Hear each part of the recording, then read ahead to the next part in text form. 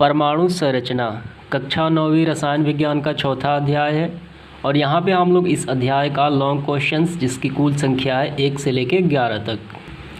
यहाँ पे आप देख सकते हैं दीर्घ उत्तरीय प्रश्न 1 से लेके 11 तक। तो इस वीडियो में हम लोग सभी प्रश्नों को हल करेंगे।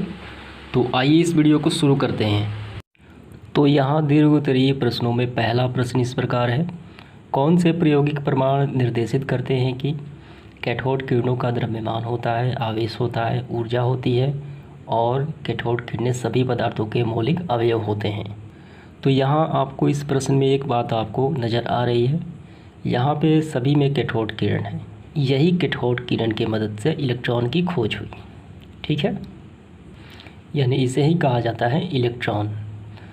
तो कैथोड किरण जब निकली तो वहाँ उस किरण के साथ कौन कौन से प्रयोग किए गए, यानी कौन कौन से, यहाँ देखिए प्रायोगिक का मतलब होता है प्रैक्टिकल।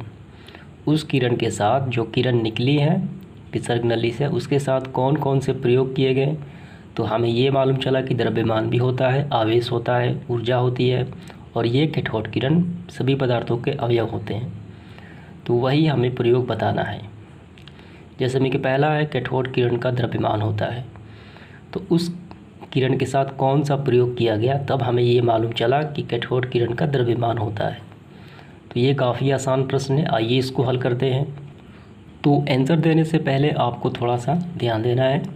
ये रहा कांच की विसर्ग नली और यहाँ पे विद्युत धारा प्रवाहित की जा रही है और इस नली के कैथोड से एक किरण निकलती है और इसे ही कहा जाता है कैथोड किरण, जिसे इलेक्ट्रॉन कहा जाता है।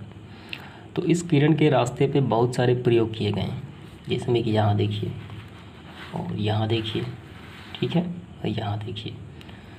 तो इस विभिन्न प्रयोग से कई बिंदु हमें मालूम चलते हैं, इन किरणों के गुण हमें मालूम चलते हैं। तो पहले वाले प्रश्न में यानी इसका आंसर आपको देना है, ये रहा।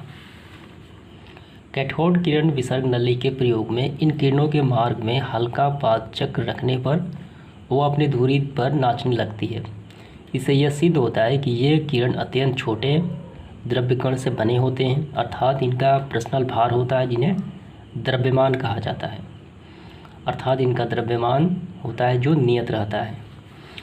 तो यही प्रयोग से मालूम चला कि कैथोड किरण का द्रव्यमान होता है। आइए इसके बाद दूसरा देखते हैं, कैथोड किरण का आवेश होता है।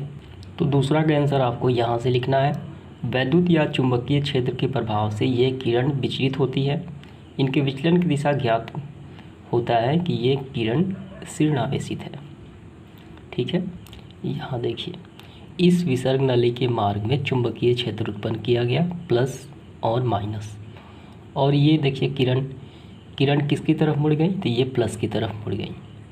तो विपरीत आवेश एक दूसरे को आकर्षित करते हैं। हमने ये पहले पढ़ लिया है कि विपरीत आवेश एक दूसरे को आकर्षित करते हैं और समान आवेश एक दूसरे को विकर्षित करते हैं।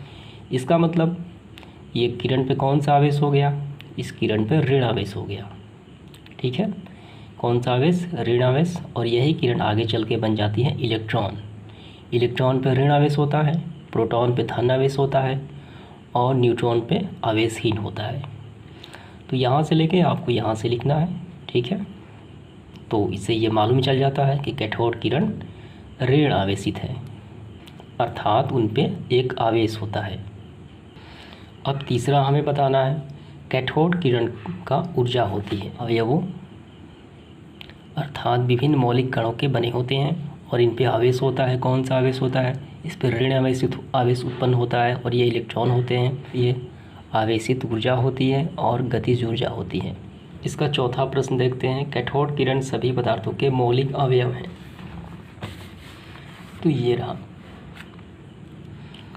थॉमसन ने इस किरण का आवेश यानी E और द्रव्यमान m का अनुपात E/m प्रयोग द्वारा ज्ञात किया।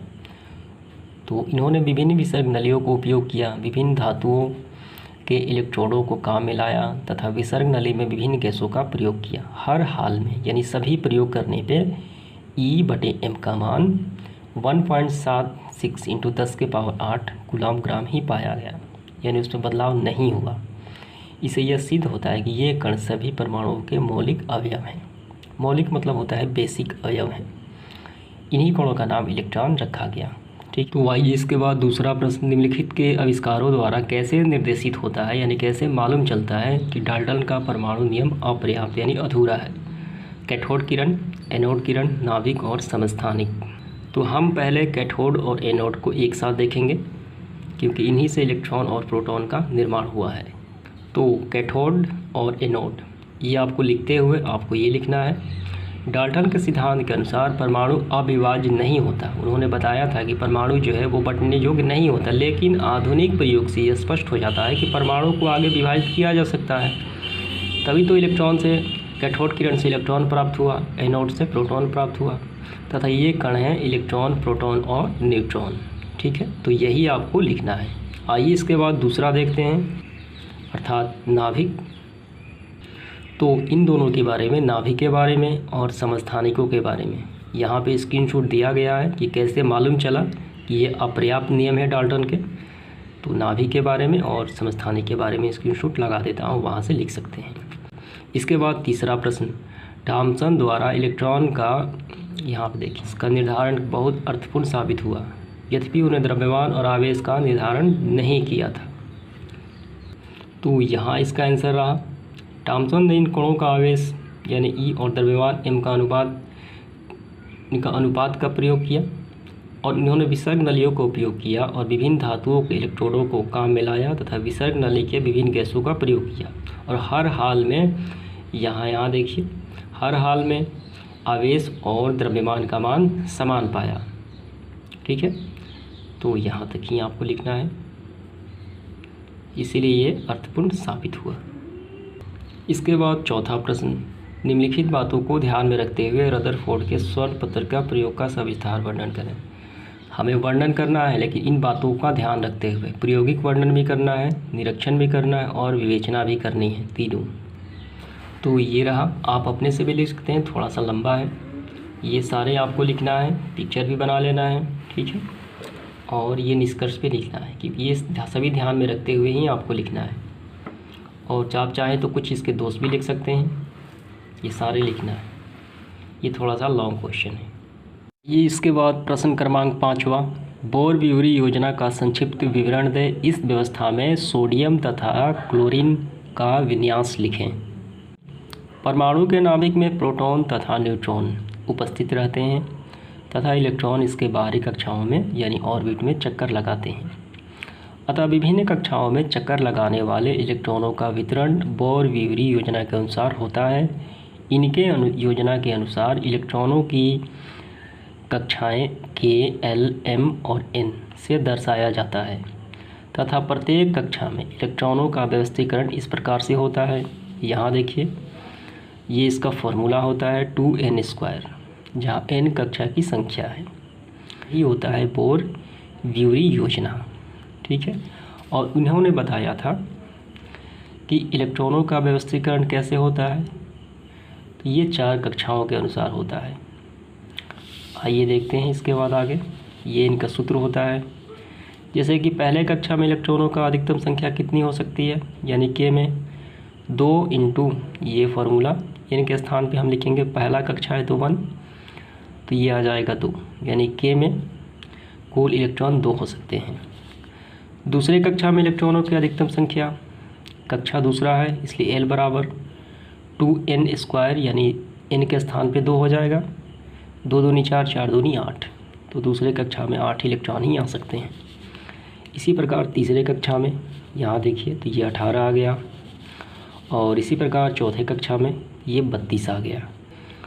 अतः K, L, M और N पहले में कक्षा में 2, दूसरे में 8, तीसरे में 18 और चौथे में 32 इलेक्ट्रॉन जो बोर-ब्यूरी योजना से क्या होते हैं, व्यवस्थित रहते हैं। तो यही होता है बोर-ब्यूरी योजना। ठीक है, यहाँ देखिए, बीच में क्या होता है, न्यूट्रॉन और प्रोटॉन, पहले में 2, दूसरे में 8, तीसरे में 18 और ये 32 चौथे कक्षा में। अब इसके बाद यहाँ देखिए, इस व्यवस्था से यानी बोर-ब्यूरी व्यवस्था से सोडियम तथा क्लोरीन का इलेक्ट्रॉनिक विन्यास भी हमें यहाँ पे लिखना है। तो आइए इसका आंसर करते हैं। तो सोडियम का परमाणु क्रमांक कितना है, 11 है। तो इसका इलेक्ट्रॉनिक विन्यास हो जाएगा, पहले कक्षा में 2, दूसरे में 8 और तीसरे में 1। तभी तो होगा 11। हमें इसे व्यवस्था करना है। यहाँ देखिए पहले कक्षा में कितना, तो पहले कक्षा में 1, ठीक है। यहाँ देखिए पहले कक्षा में 2 आ सकते हैं क्योंकि अधिकतम 2 होगा, दूसरे में 8 और तीसरे में 1 Kl और M। तो ये हो गया सोडियम का। अब इसके बाद क्लोरीन का देख लेते हैं। पहले में 2, दूसरे में 8, 10 हो गए और ये 7, 17। तो इसका भी हो जाएगा इसी प्रकार, पहले में 2, दूसरे में 8, तीसरे में 7, तभी हो जाएगा 17। तो यही था प्रश्न क्रमांक 5वां जो हम लोगों ने हल कर लिया, ठीक है। तो चलिए इसके बाद प्रश्न क्रमांक 6 हल करते हैं। इसके बाद है प्रश्न क्रमांक 6, किसी तत्व की परमाणु संख्या से आप क्या समझते हैं? परमाणु संख्या ही परमाणु की मौलिक विशेषता है, इसकी पुष्टि करें। तो 2 प्रश्न है, परमाणु संख्या से क्या समझते हैं और ये परमाणु संख्या ही इसकी मौलिक विशेषता, मौलिक मतलब होता है बेसिक, आधारभूत विशेषता है, ये पुष्टि भी करना है। तो इस तरीके से लिखना है, किसी तत्व का परमाणु संख्या उसके तत्वों के नाभिक में स्थित प्रोटॉनों की संख्या के बराबर होता है, ठीक है। परमाणु संख्या को Z द्वारा सूचित किया जाता है तथा किसी आवेश रहित परमाणु पर इलेक्ट्रॉनों की संख्या भी परमाणु क्रमांक के बराबर होती है। आपको क्या समझ में आया? परमाणु संख्या मतलब प्रोटॉनों की संख्या बराबर इलेक्ट्रॉनों की संख्या, ठीक है। तो ये हो गई परमाणु संख्या से आप क्या समझते हैं। इसके बाद हमें पुष्टि भी करना है, तो यहाँ से लिखना है आपको, पदार्थ के सूक्ष्मतम अविभाज्य कण परमाणु कहलाता है, जो पदार्थ के छोटे छोटे कणों से मिलकर बना है। किसी तत्व के लिए परमाणु संख्या का मान स्थिर रहता है, अतः परमाणु संख्या ही तत्व का मौलिक गुण है, जो बेसिक गुण है, क्योंकि इसका मान जो होता है परमाणु संख्या का वो नहीं बदलता है, ठीक है। तो इस तरीके से ये प्रश्न क्रमांक 6 हल हो जाता है। आइए इसके बाद देखते हैं 7वां प्रश्न। तो यहाँ 7 नंबर प्रश्न है, रदरफोर्ड का परमाणु मॉडल क्या है तथा इस मॉडल की त्रुटियाँ यानी कमी हमें बताना है। तो यहाँ देखिए रदरफोर्ड का परमाणु मॉडल, तो रदरफोर्ड जो वैज्ञानिक थे उन्होंने ये पता लगाया कि परमाणु के नाभिक में इलेक्ट्रॉनों का व्यवस्थीकरण कैसे होता है। उन्होंने प्रयोग किया, अल्फा प्रकीर्णन प्रयोग किया और उन्होंने अपना एक परमाणु मॉडल प्रस्तुत किया। तो यहाँ से आपको लिखना है, उपयुक्त निष्कर्षों के आधार पर रदरफोर्ड ने परमाणु का नाभिकीय मॉडल प्रस्तुत किया और जिसके अनुसार क्या होता है, यहाँ देखिए परमाणु के नाभिक ये होता है, ये एक सौरमंडल की तरह होता है जिसके बीच में नाभिक होते हैं और इलेक्ट्रॉन इन ग्रहों की भांति चक्कर लगाता है। तो पहला, दूसरा, तीसरा, चौथा, 5वां, ठीक है। तो ये सारे आपको लिखने हैं, ये 5 तक ही हैं। इलेक्ट्रॉन नाभिक के चारों ओर वृत्तीय पथ पर चक्कर लगाते हैं। इस वृत्तीय पथ को कक्षा यानी ऑर्बिट कहा जाता है। और केंद्र में क्या होता है, केंद्र में न्यूट्रॉन और प्रोटॉन होते हैं, ये केंद्र पर। तो यही 5 तक आपको लिखना है और इस मॉडल की दोष यानी त्रुटि के बारे में भी लिखना है। तो ये रहा, आप दोनों लिख सकते हैं। तो चलिए इसके बाद अगला प्रश्न देखते हैं। 8 नंबर प्रश्न ये रहा, कैथोड किरण की नली का, जो कैथोड किरण नली की जो प्रायोगिक उपयोग क्या होता है ये बताना है। कैथोड किरण की नली का प्रायोगिक प्रैक्टिकल उपयोग क्या है ये बताना है। तो यहाँ पे मैं स्क्रीनशॉट लगा देता हूँ। आइए इसके बाद प्रश्न क्रमांक 9 देखते हैं। समस्थानिक क्या है, इसके 2 उदाहरण देकर समझाएं। तो ये लिखना है आपको परिभाषा, एक ही तत्व के परमाणु जिनकी परमाणु संख्याएं समान किंतु द्रव्यमान भिन्न भिन्न हो समस्थानिक कहा जाता है। और यहाँ पे हमें उदाहरण भी देना है। तो उदाहरण यहाँ देख लीजिए, क्लोरीन का समस्थानिक 2 समस्थानिक हो गए, परमाणु संख्या समान है और परमाणु भार अलग है। और यहाँ एक हाइड्रोजन का भी है, यहाँ जिसके 3 समस्थानिक होते हैं, ये रहा। ये दोनों ही आपको लिखना है उदाहरण के तौर पे। समस्थानिक और संभारिक में क्या अंतर है, तो यहाँ पे स्क्रीनशॉट लगा देता हूँ। अब इसके बाद 11 देखिए, कैथोड एवं तथा एनोड किरणों के अध्ययन से इलेक्ट्रॉन तथा प्रोटॉन की खोज किस प्रकार की गई। तो यहाँ देखिए, कांच के विसर्ग नली में जब कम दाब और उच्च विभवांतर पर विद्युत धारा प्रवाहित की गई तो कैथोड से एक किरण निकली और इसे कहा जाता है कैथोड किरण। और यहाँ पे बहुत सारे प्रयोग किए गए, तब ये मालूम चला कि यही कैथोड किरण इलेक्ट्रॉन होते हैं। ये तो हो गई इलेक्ट्रॉन की खोज। अब इसके बाद ये देखिए, ये हो गया प्रोटॉन की खोज। तो ये आप अपने से भी लिख सकते हैं, ठीक। किस प्रकार की गई।